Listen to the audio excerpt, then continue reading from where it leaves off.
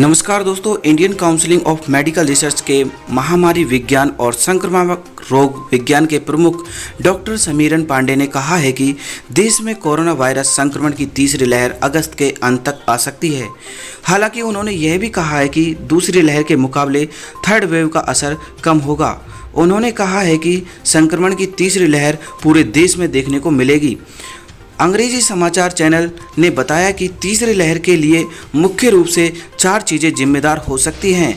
पहली और दूसरी लहर के दौरान जो इम्यूनिटी हासिल हुई है, अगर वो कम होती है तो तीसरी लहर आ सकती है। दूसरा, कोई नया वेरिएंट जिससे मिली इम्यूनिटी को बाईपास कर सकता है। यदि दोस्तों आपने अभी तक हमारा चैनल सब्सक्राइब नहीं किया है तो चैनल को ज़रूर से ज़रूर सब्सक्राइब कर लीजिए और बेल आइकन को दबा दीजिए। चलिए दोस्तों, तीसरी जो कारण है वो नया वेरिएंट इम्यूनिटी को बाईपास नहीं कर पाए तो लोगों में तेज़ी से यह वायरस फैल सकता है।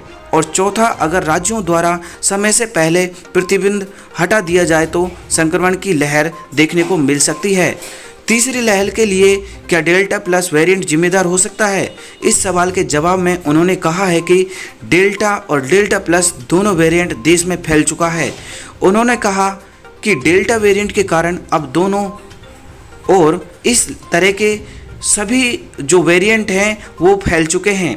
देश के कई हिस्सों में कोविड नियम का उल्लंघन कर रही है सरकार।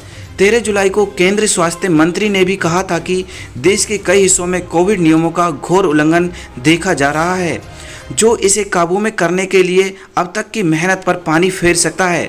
देश में महामारी की स्थिति पर प्रेस कॉन्फ्रेंस के द्वारा नीति आयोग के सदस्य डीवी के पॉल ने कहा था कि विश्व स्तर पर कोविड-19 की तीसरी लहर देखी जा रही है और लोगों में यह सुनिश्चित करने के लिए प्रयास करने का आह्वान किया जाता है कि यह भारत में न हो।